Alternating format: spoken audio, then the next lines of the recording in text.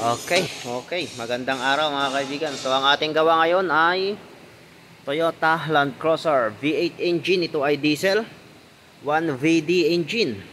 So itong model nito ay 2020 mga kaibigan. So nandito makina 1VD. Okay. So ito ay dalawa yung kanyang turbo. So ang gagawin natin dito mga kaibigan ay yung kanyang oil sa transmission. Magpapalit tayo ng oil at saka filter. So yan yung ating mekaniko. Yan si Dennis. Kulot. Si Kulot daw yan.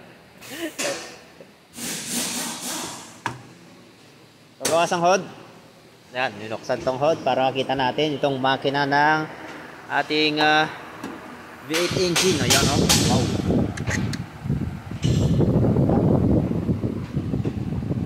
Full loaded siya mga kaibigan. Ayan yung V8 D4D.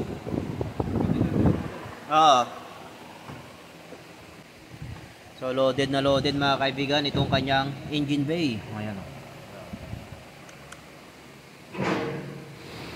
So tignan natin dito sa loob. So ito ay 2020 model.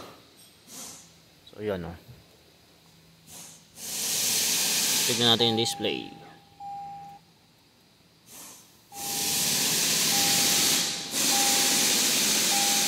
So ayan mga kaibigan.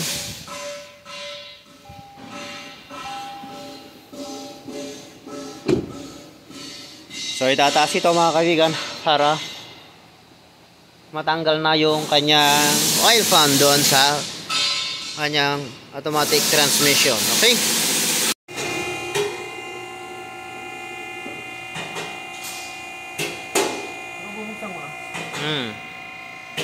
So ayan na mga kaibigan, itinataas na ni Mr.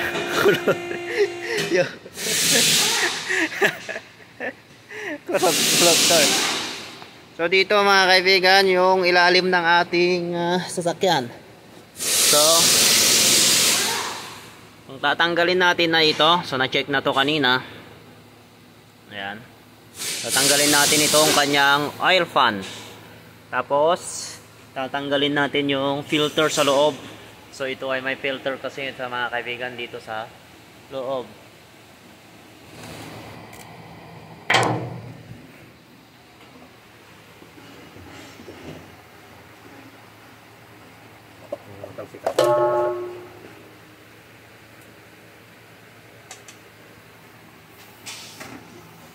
Ilang kilometro na to natakbo? 104.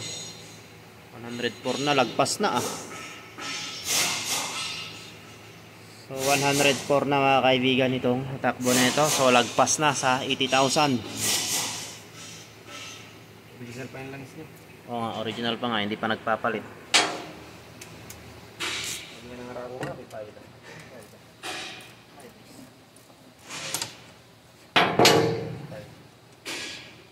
Sa atin taon bago maka 100,000 no? Oo.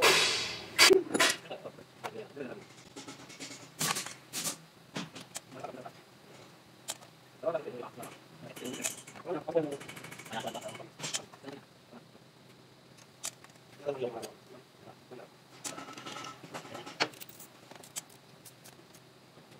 final na natin naligpitan to mga kaibigan kasi hindi naman tayo nagagalaw dito. Dito na tayo mamaya sa kanya oil level flow.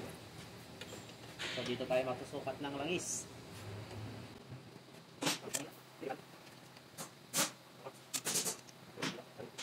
Maligo tayo tulad ko yung munching.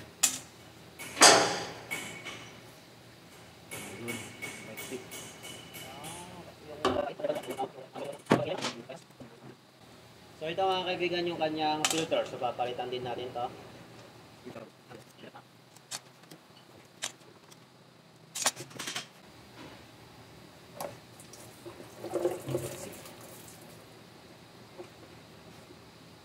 So ayan, natanggal na yung kanyang filter. So may o-ring yan mga kaibigan. So yung kanyang o-ring. So check din natin to kung may crack. Kung may crack to, palitan natin kasi kapag may crack to mga kaibigan ay magde-delay yung shifting ng ating transmission.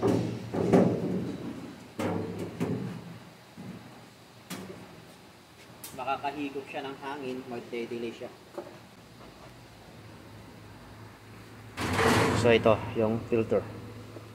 So katulad din ng filter ng di gasolina na Land Cruiser, Sequoia, yan magkaparehas. Ito yung kanyang O-ring. Ang kanyang valve body. Oh. So parehas lang sa transmission ng Sequoia.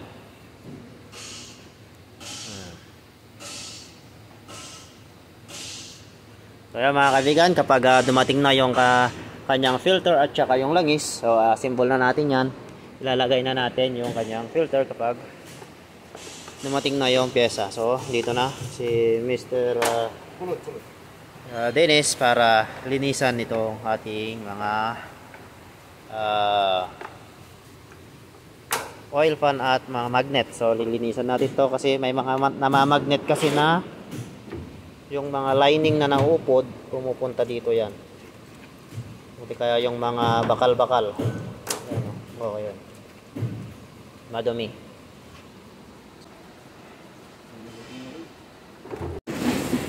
So, gamitan natin ng tissue kapag naglilinis tayo.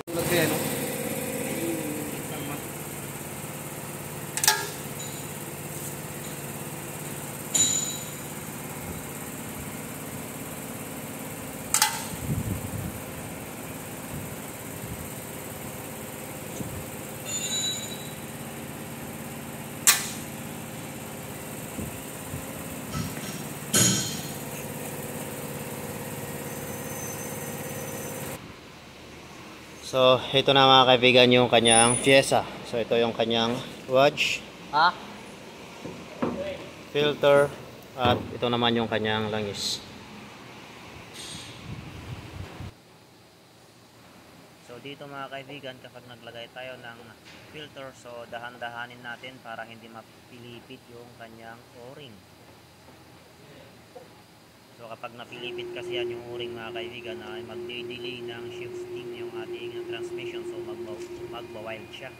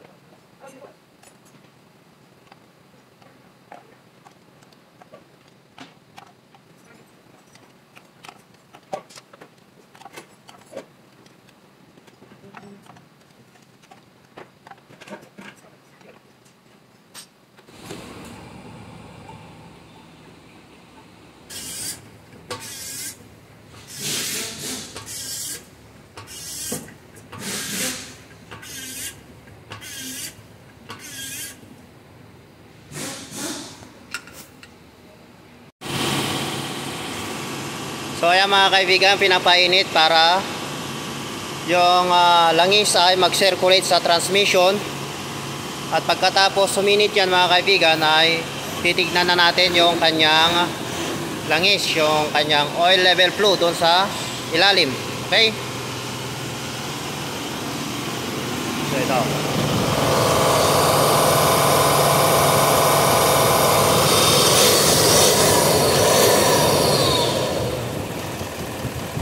Kanyang andar, oh, smooth na smooth.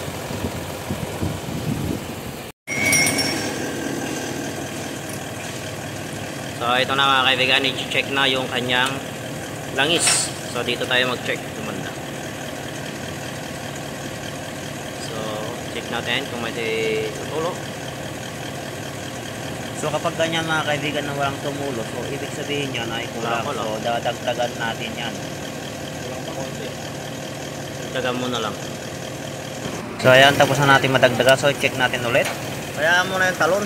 So kapag ganyang kalakas mga kaibigan na lumabas, ay ibig sabihin lang yan ay sobra. So patutuloyin natin yan hanggang patak-patak na lang para makuha natin yung saktong sukat.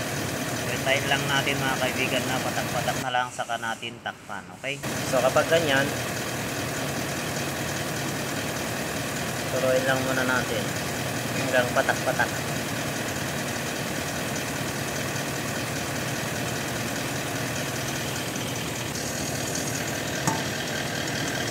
So kapag ganyan na mga kaibigan kahina, okay na yan. Okay, good.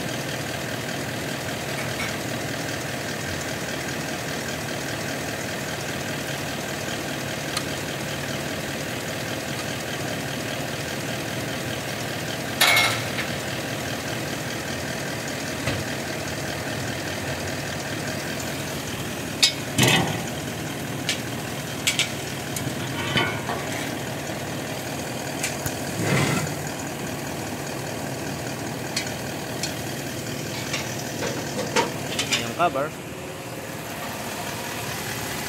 para makaalis na ito.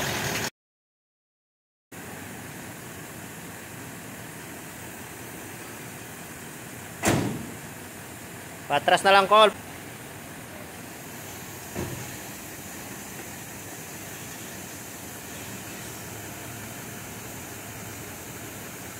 So ayan mga kaibigan, tapos na naman tayo sa isa nating gawa. So kapag nagustuhan mo itong aking video ay please paki-like and subscribe na lang, okay? Thank you mga kaibigan.